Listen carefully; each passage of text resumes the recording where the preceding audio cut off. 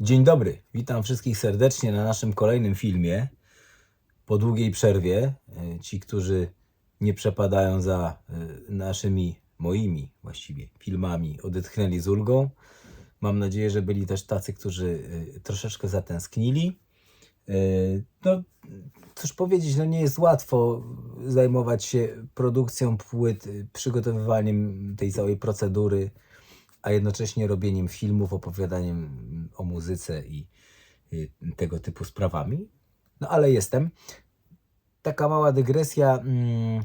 Ci, którzy, a wiem, że są tacy, pomimo że to oczywiście nie jest seria ciesząca się jakąś ogromną popularnością, ci, którzy czekają na zakończenie cyklu filmików o singlach Shadowsów, doczekają się. Te filmy zostały nagrane, zresztą tak jak mówiłem, w wakacje, więc w długie zimowe wieczory będzie można mnie zobaczyć nad jeziorem, jak tam opowiadam jeszcze o singlach, ale trzeba to zmontować, nie było czasu.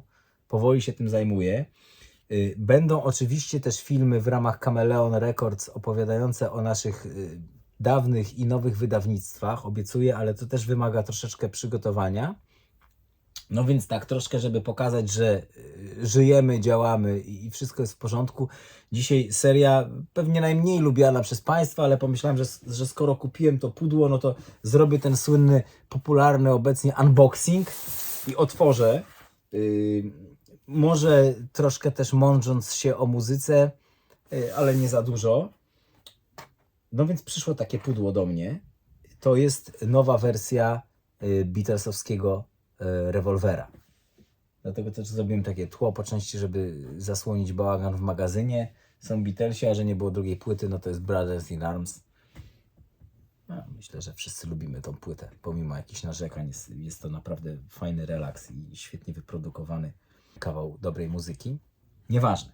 Ważne, że wyszło bardzo niedawno wydanie takie super deluxe kolejnej płyty Beatlesów, czyli Rewolwera.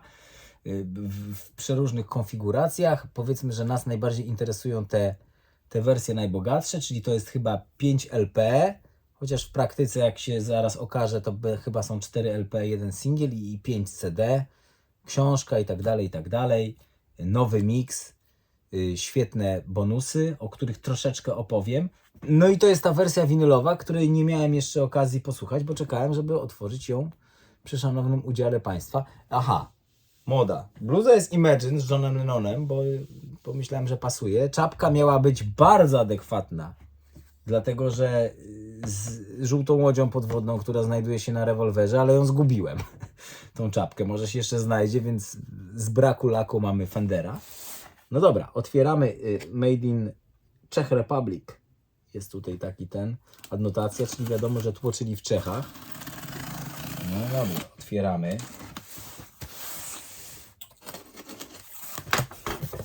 Zobaczymy, co jest w pudle. Kurczę, może Chameleon Records też kiedyś doczeka się takich zabezpieczeń swoich płyt, ale wydaje się to nieźle wygląda, bo tu mamy jakiś taki steropian. Nie wiem, czy to widać. I pewnie w tym steropianie jest to pudło. Odwracamy, wyrzucamy karton. Proszę zobaczyć, że dostajemy taki steropian. Ciężko to pokazać. Cofnę trochę, może będzie lepiej widać. O! Jest! Rewolwer. Winylowa wersja, nie, jednak piszą, że 4 LP Edition, czyli nie 5 LP plus singiel. Właściwie epka. Cena bardzo nieprzyjemna, no ale cóż możemy poradzić. Bardzo są ostatnio wykorzystywane te podwyżki, bo umówmy się, no nie uwierzę, że ceny produkcji wzrosły tak bardzo, żeby pojedynczą płytę sprzedawać winylową w Empiku za 180 zł. No. To taka mała dygresja, ponieważ jesteśmy jakby na luzie, więc po prostu no to może zabić muzykę. Coś takiego, tego się obawiam, no bo kto będzie kupował płyty w tej cenie? O, świetnie! Od razu powiem, jak ktoś chce rozciąć i spróbować zachować folię, to trzeba z tej strony, bo tutaj mamy książkę i te winyle. Więc spróbujemy to otworzyć w taki sposób, że przetniemy tu. Ktoś powiedział, że tak przecinam, że uszkadzam te. Naprawdę nie dotykam nożykiem Proszę mi uwierzyć, że nie dotykam nożykiem do tego pudełka. Wiem, że to nudne teraz.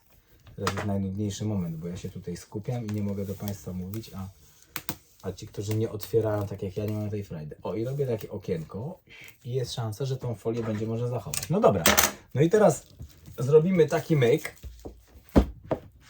Ładnie to wszystko wyjmiemy. Chyba ładnie wszystko. A! Wyszło właśnie. Świetnie. Niektórzy się ucieszyli, że mu się zepsuło, ale się nie zepsuło. Tu postawimy. O! Teraz możemy zamiast Brother in Arms postawić rewolwer. I jest super. Co mamy w tym boksie? To jest płyta winylowa. Dobrze, że dali chociaż to z tą folią. Zobaczymy, jak nacięta.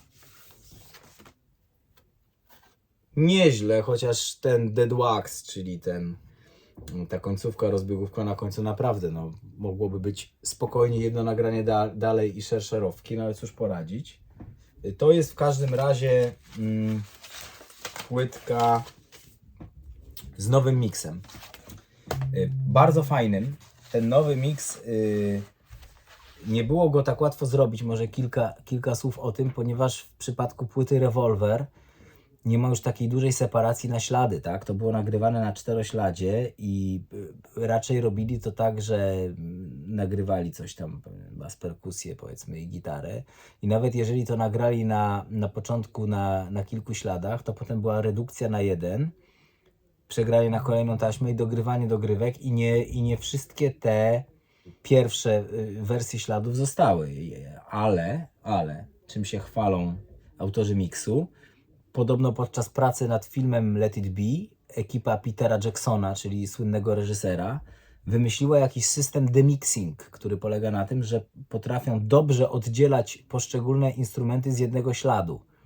I faktycznie, bo oczywiście takie próby trwają od wielu lat, ale no zawsze coś tam jest nie tak, a to się coś przebija, a to brzmi jak MP3, a tutaj faktycznie, na przykład już w przypadku pierwszego Taxman, kiedy na jednym śladzie była nagrana perkusja, bas i gitara, ta gitara została oddzielona i przesunięta w inny kanał i to brzmi fantastycznie, w ogóle nie ma śladu tego.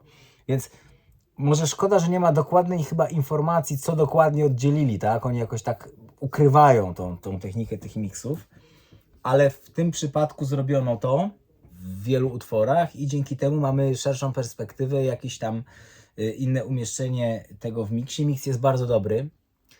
Ja zawsze uważałem, że Revolver jest najlepszą płytą Beatlesów, bo nigdy wcześniej ani potem nie byli tak bardzo na czasie i nie byli tacy do przodu i tak strasznie eklektyczni. No, fantastyczna jest ta płyta i jeszcze taka, że oni tam dużo grają, a mniej jest tych efektów. Tak jak na Pepperze na przykład uważam, że grają mało, a jest więcej tych fajnych dogrywek i tak dalej, ale to jest takie mniej zespołowe granie, to tutaj naprawdę grali, pięknie się rozwijali.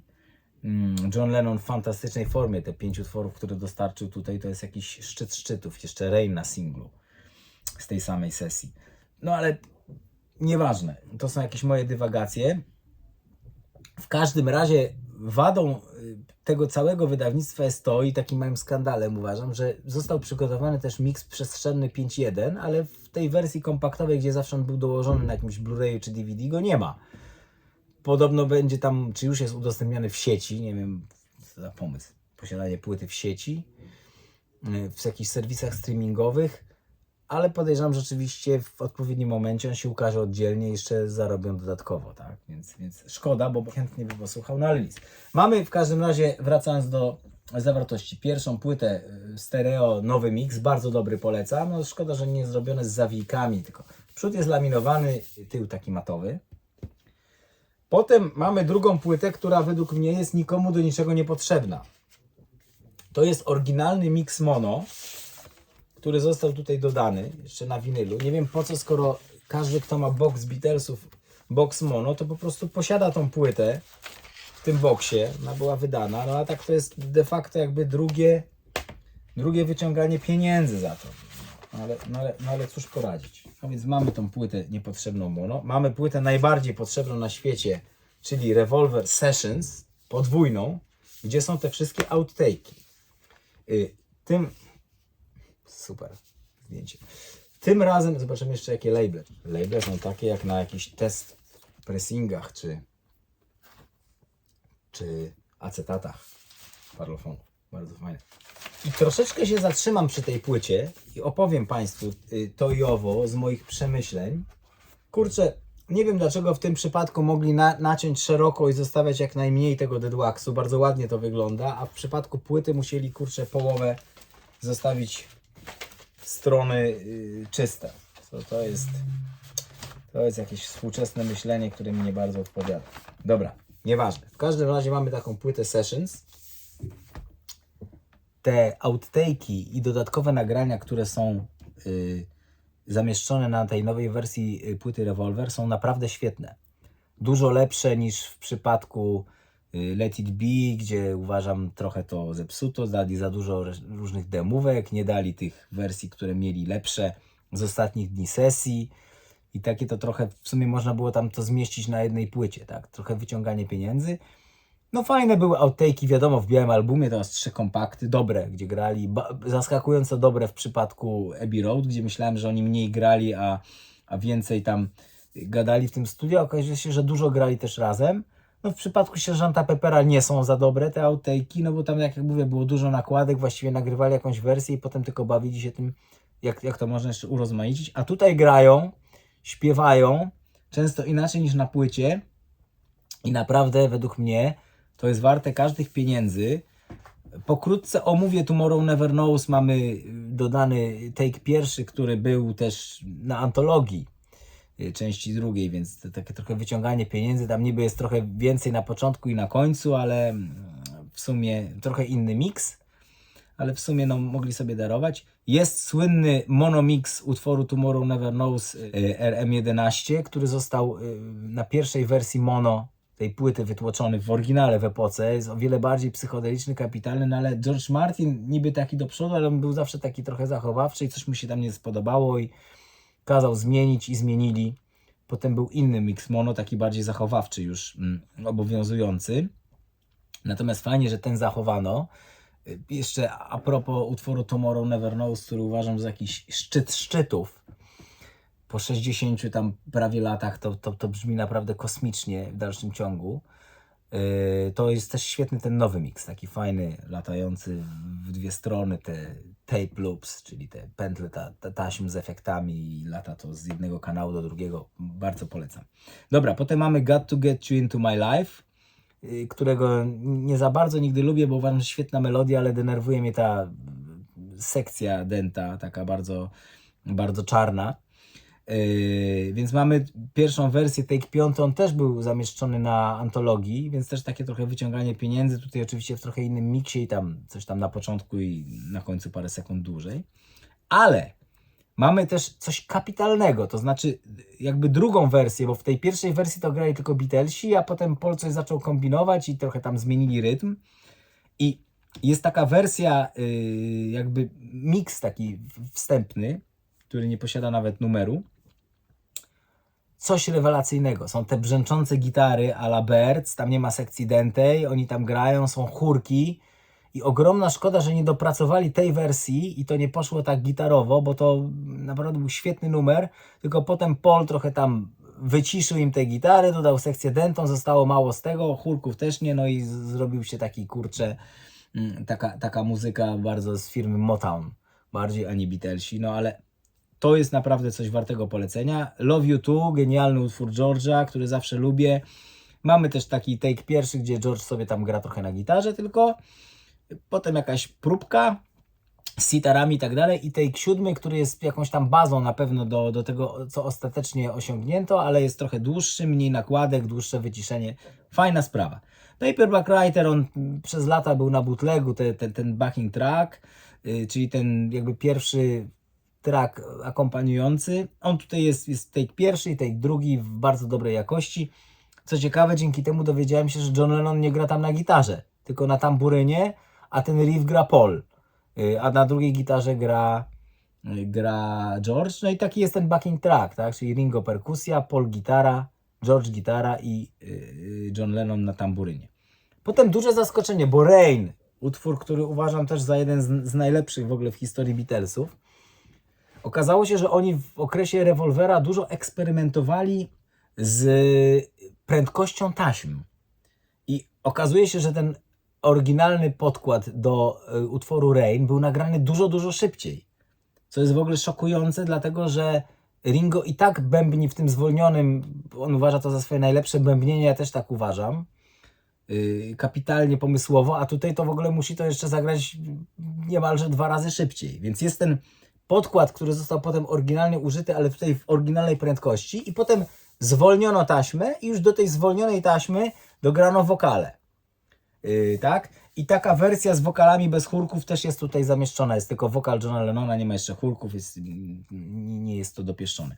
Dr. Robert Take 7 to jest też jakby prawie to samo co na płycie, tylko słychać, że na przykład został tam wycięty w oryginale jeden refren i zwrotka pod koniec. No i wiemy też, dlaczego zostało to tak wyciszone, co zawsze uważałem trochę za głupie, ponieważ tam John na ostatniej nucie coś powiedział i pewnie nie potrafili tego usunąć i dlatego tak wyciszyli. Więc fajnie ten Dr. Robert, ale taki jakiś nie inny, tak? Bardzo, bardzo podobny do tego, co na płycie. And Your Berken Sing. Mamy tą wersję taką pierwszą, take drugi, który był też na antologii i tam oni dogrywając drugi wokal się śmiali i jest ta wersja bez tych śmiań, czyli jakby z jakimś tam pewnie innym podejściem wokalu albo w ogóle bez tej nakładki i druga z tymi śmiechami, która była też na antologii, ale tu jest troszeczkę inaczej to zmiksowane, inaczej to brzmi niż na antologii. No a potem mamy bardzo fajną wersję tego utworu, jakby drugie podejście, kiedy oni trochę zmienili rytm i jest też ta druga wersja tutaj, bardzo polecam. Taxman Take 11 się tylko zachował, czyli to jest właściwie ten take podstawowy, tylko że on był udostępniony już na antologii, tylko że tam nie wszystkie ślady zostały wykorzystane, więc są trochę inne chórki, trochę inne wejścia gitar. I tutaj jest to inaczej zmiksowane, na pewno niż na antologii, bardziej tak szeroko, bo na antologii było tak podobnie do oryginału. No i dowiadujemy się też z tego take'u, ale co już wiedzieliśmy wcześniej, że utwór miał takie dosyć słabe zakończenie i oni zdecydowali się przekleić solo na koniec i wyciszyć, tak? Tutaj to jest bez tego przeklejenia solo, natomiast nie pasowało kilka ostatnich nut zaśpiewanych przed tą sklejką i przyznam się, że to musieli tam stanąć na rzęsach, żeby jakoś zamarkować ten wokal i dograć go, pomimo tego, że mieli tylko 4 ślady. Także to taka ciekawostka. Potem I'm Only Sleeping, który uwielbiam. I tutaj też się okazuje, że były manipulacje taśmami. Take pierwszy tego utworu był na antologii, tu go nie ma. Za to jakiś fragment, który podobno znaleziono na końcu taśmy sesyjnej, gdzie oni tak grają na jakimś tam wibrafonie i taka jest próbka tej melodyjki, jest zamieszczona tutaj, ale właściwie ta sama była na antologii. Może troszkę krótsza i w innym miksie, ale to dosłownie są różnice sekund, tak? Więc to takie trochę wykorzystywanie miejsca. Mamy tu take drugi, który nigdy nie był publikowany i take piąty. I tutaj też było jakby, najpierw nagrywali to jako taką akustyczną dosyć melodię, a ten take piąty jest już bardziej zbliżony do tego, co użyto, tylko też ponieważ wiedzieli, że to jest sleeping, ma być leniwe, więc zwolnią ten akompaniament, więc zagrali go szybciej. I to jest taki akompaniament bez wokalu, ale zagrany dużo szybciej, ten take piąty. No i jeszcze mamy jeden mix mono RM1 tutaj, który był utworu I'm Only Sleeping, który był wykorzystany z kolei na amerykańskiej płycie Yesterday and Today, czyli tym słynnym Butcher cover, ponieważ ona wyszła przed Rewolwerem i 3 utwory z płyty Revolver, czyli Dr. Robert, And Your Berken Sing i I'm Only Sleeping były tam użyte wcześniej, to wysłano jakieś wcześniejsze miksy. One się różnią. Nie wiem dlaczego dali tylko ten I'm Only Sleeping, a nie dali właśnie And Your Berken Sing i Dr. Robert, bo z tego co pamiętam te miksy też były troszeczkę inne. Ale może stwierdzić, że nie są aż tak bardzo inne, albo ktoś tam coś wymyślił. No w każdym razie mamy tutaj ten amerykański monofoniczny mix z innymi wejściami tej gitary od tyłu, która jest tam puszczona i tak dalej, i tak dalej. Bardzo fajne. Eleanor Rigby. Kapitalny utwór. Do tej pory otrzymywaliśmy przeważnie taki outtake, że był oryginalny akompaniament tych smyczków, ale taki w stereo, bo to zostało nagrane na 4-śladzie, czyli bo tam gra oktet, czyli podwójny kwartet smyczkowy i wszystkie 4 ślady zostały w oryginale wykorzystane do tego akompaniamentu, potem to zostało zgrane na 1 ślad, co za koszmar i do tego wokale zostały dodane, dlatego ten oryginalny mix stereo tak trochę kiepsko brzmi. A tutaj mamy take drugi. tego podkładu smyczków. Fajny, bo jeszcze inny, widać jak to się rozwijało i bardzo fajną rozmowę między George'em Martinem a Paulem, kiedy Paul słucha w reżyserce jak ten oktet gra, a George Martin go na przykład pyta, czy podoba mu się bardziej, żeby grali nuty vibrato, czy żeby grali nuty niewibrowane. I Paul tak się zastanawia i mówi, że nie bardzo słyszy różnicę. No, bardzo mi się to spodobało. Cóż mamy potem? 401, też jeden z moich ulubionych utworów, który też tak słabo brzmi w oryginalnym tym miksie w ogóle stereo na rewolwerze, a tutaj ten nowy mix stereo jest dużo fajniejszy na tej zasadniczej płycie. Natomiast tutaj otrzymujemy backing track, czyli taki akompaniament, gdzie tam mamy klawesyn, na którym gra chyba Paul, fortepian, na którym gra George Martin i tam chyba jest jeszcze Ringo, nie wiem czy ktoś jeszcze. No, dobrze to brzmi, no widocznie nie było nic więcej ciekawego. Yellow Submarine zaskakuje, ponieważ wszyscy całe życie myśleli, że to napisał Paul. Tymczasem pierwsze demo, które tutaj jest zamieszczone, bo są 2 dema, taki songwriting, work tape, to jest pomysł Johna. W troszkę innym rytmie i w ogóle. Potem mamy taki długie demo, chyba 4-minutowe, kiedy oni już siedzą z Paulem i kombinują nad tym utworem, ale fajnie grają. I tutaj też okazuje się, że taśma została zwolniona, ponieważ mamy take 4, czyli ten chyba zasadniczy, ale przed dodaniem jeszcze efektów i on jest dosyć po prostu szybszy, co można posłuchać, a potem zostało to zwolnione i zostały dograne te wszystkie efekty i taką wersję też tutaj otrzymujemy. Bardzo podobna wersja była użyta na singlu Real Love, który był dołączony do antologii. To też były jakby ten zasadnicza wersja, którą znamy, ale było o wiele więcej tych efektów specjalnych tam i poprzedzone takim jakimś wierszykiem w marszowym rytmie. I tutaj jest też to wszystko. Z tym, że tutaj ten miks jest tak, tamten miks był chyba stereofoniczny z tego co pamiętam, a tutaj jest taki, że zasadnicza, to co grają Beatlesi i śpiewałem jest w mono, a te efekty są w stereo rozłożone. Taki jest ten miks. I Want to Tell, jeden z moich ulubionych też utworów. No szkoda, bo chyba niewiele zostało, bo mamy tylko bardzo fajnie rozpoczynający się take 4, jakieś takie podejście, ale on się urywa dosłownie po 1,5 minucie i tyle. I nie mamy nic więcej z tego utworu. Here, There and Everywhere. Uważany chyba przez Paula za jego najlepszą kompozycję, piękna ballada. Tutaj take 6, bardzo ciekawy, taki wczesny, ale już blisko chyba ukończenia. Zespół gra, Paul śpiewa, czyli można posłuchać bez tych chórków.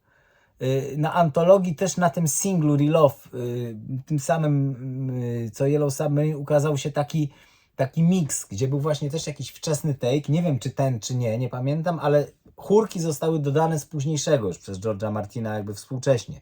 Połączył 2 take'i. Tutaj nie, tutaj mamy to zasadnicze granie takie surowe. Utwór, którego najbardziej nie lubię z tej płyty, czyli Good Day Sunshine, nie otrzymał żadnego outtake'u, bo Giles Martin powiedział, że nie było nic ciekawego. Uważam to za trochę nie fair, bo do tej pory absolutnie wszystkie utwory na płytach w wersjach Super Deluxe miały swoje jakieś tam fragmenty, chociażby to było najmniej interesujące na świecie outtake'ów, a tutaj nie dali, no mogli nawet jak nie mieli, to mogli dać backing track chociażby, prawda? Więc to uważam za nie w porządku. No i płytę zamyka, bo outtake'i są chronologicznie tak jak były nagrywane. She Said, absolutny też szczyt dla mnie grania, który zamykał sesję. Najpierw mamy demo Johna, a potem mamy taki backing track, czyli ten akompaniament, ale kapitalnie zmiksowany, z energią. No po prostu ściana dźwięku, świetnie się tego słucha, tylko nie wiem co się stało, że ten miks nowy na płycie stereo już nie ma tej mocy. Gdzie uleciała ta energia, w którym momencie? Czy może jak nagrywali, coś było gorzej na taśmach, ale nie wiem, bo to brzmi fantastycznie, a tamten jest dobry, ale taki troszkę już jakby stłamszony. Więc mamy ten świetny backing track. Co ciekawe, zawsze się mówiło, że Paul nie brał udziału w nagraniu tego utworu, bo sobie wyszedł ze studia i tam tylko John z George'em i z Ringo nagrali. Ale z tego wynika, że jednak zagrał tam na basie, bo oni grają we 4 naraz w akompaniamencie, a dopiero potem wyszedł, jak były dogrywki i chórki. To rzeczywiście słychać bardzo wyraźnie, że tam śpiewa tylko John i George, a i tak brzmią świetnie. Cóż za zespół po prostu, tak dopasowani. Także trochę może przynudziłem, ale może trochę zaciekawiłem. To są te sessions. No i otrzymujemy jeszcze singiel, właściwie epkę, Paperback Writer Rain, no bo była nagrana na tej samej sesji. Na pierwszej stronie są tutaj nowe miksy, a na drugiej są wersje mono. Aż się boję wyjąć, bo to jest taka gruba koperta i zaraz się zarysuje. Oczywiście stylizowana na starą wersję parlofonu, aczkolwiek nie wiem, czy musieli zrobić taką grubą. No i otrzymujemy też książkę, która z tego, co oglądałem na jakichś skanach w internecie, jest naprawdę świetna. Tak, jest świetna. No, mamy oczywiście przedmowę Paula, tutaj odsunę trochę, tak?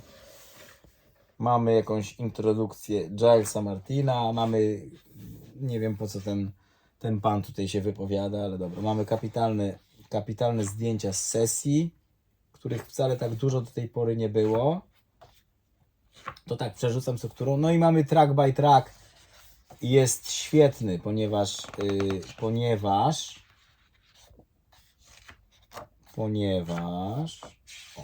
każdy utwór jest opisany w taki sposób, że mamy oryginalne zdjęcie też pudełka. Proszę zobaczyć, przy każdym mamy jakiś tam bajer, czy jakiś skan tekstu.